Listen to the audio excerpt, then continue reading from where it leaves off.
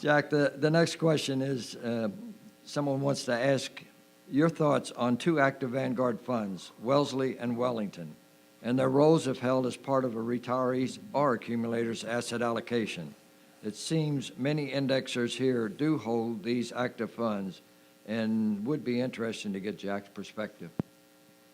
Well, as I said yesterday, I've never done this kind of analysis, but I am sure it is correct for Wellesley. But for Wellington, it is 98% indexed.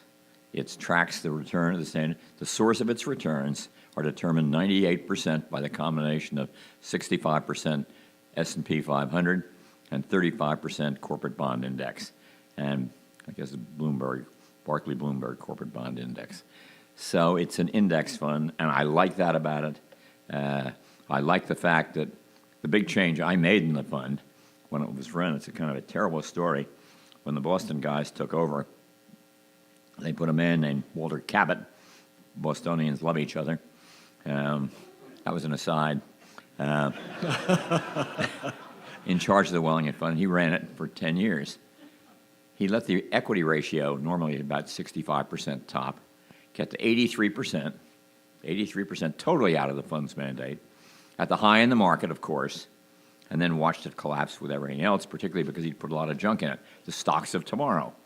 And in Mr. Cabot's 10-year tenure, it had the worst record of any balanced fund.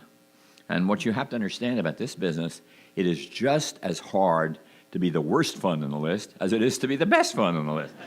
I mean, there's a lot of randomness here. So he went on, and so he was basically an abject failure. And so where did he go from there? He was named the treasurer of Harvard University and the president of the Harvard Management Company. Only in Boston.